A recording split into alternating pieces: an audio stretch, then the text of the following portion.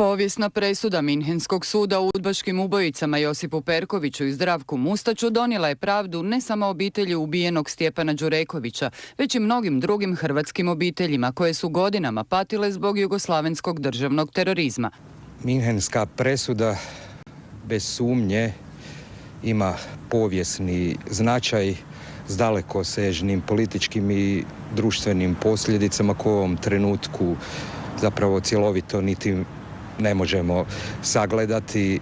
Ta njihova kazna doživotnog zatvora pokazuje zapravo i težinu njihovih nedjela i nedjela čitavog jugokomunističkog represivnog sustava, jer je potpuno jasno da se on bavio čistim terorizmom.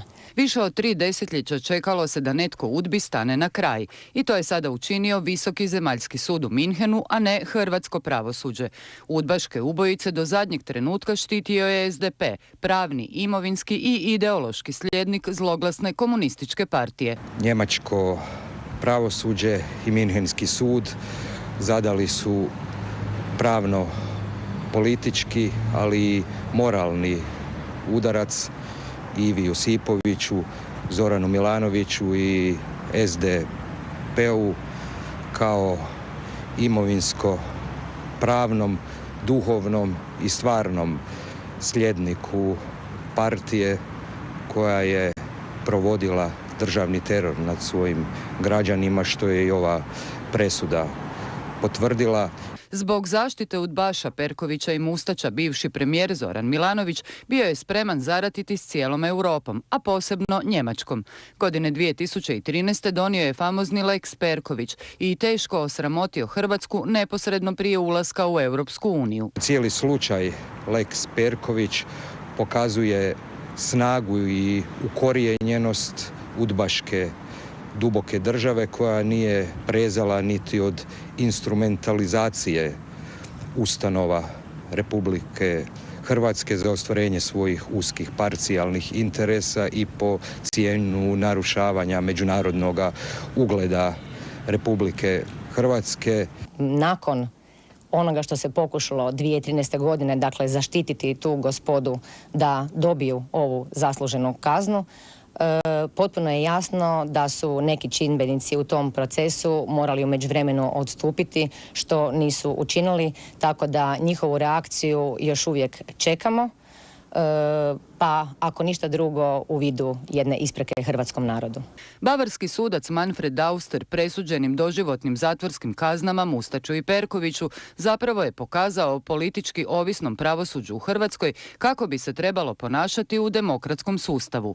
Presuda konačno potvrđuje da riječ lustracija ne smije biti prognana iz hrvatskog javnog i političkog života, već mora postati predmetom ozbiljne, pravne, znanstvene, stručne i etičke rasprave lišene bilo kakvih uskostranačkih interesa. Ono što na kraju krajeva kao društvo moramo shvatiti da je nakon ove presude nužno pristupiti suočavanju poglavito sa nasljeđem komunističke totalitarne prošlosti kojega evo možemo svjedočiti svakoga dana i još uvijek da je prisutno i u našoj domovini.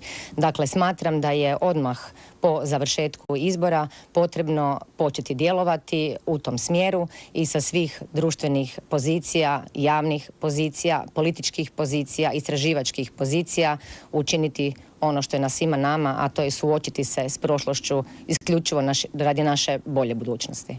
Pokušaja procesuiranja Perkovića bilo je i u Hrvatskoj, no pravosuđe nikada nije smjelo ići protiv UDBE. U to su se osvjedočili brojni stradalnici, od obitelji Mire Barešića do Nikole Štedula, koji je uspio preživjeti atentat u Škotskoj, ali ne i procesuirati nalogodavce. Jugoslavenska UDBA proganjala je apsolutno sve svoje političke oponente, svoje protivnike, kažnjavala ih je od verbalnog delikta pa sve do samih likvidacija.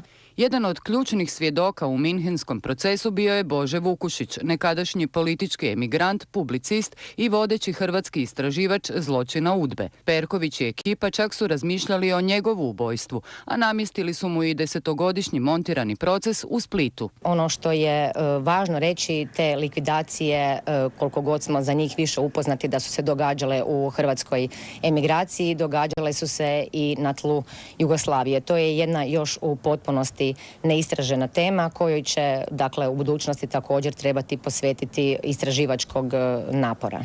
Pravda je na kraju ipak pobjedila. Presuda u Minhenu objavljena je u najnezgodnije moguće vrijeme za SDP, stranku nasljednicu komunističke partije.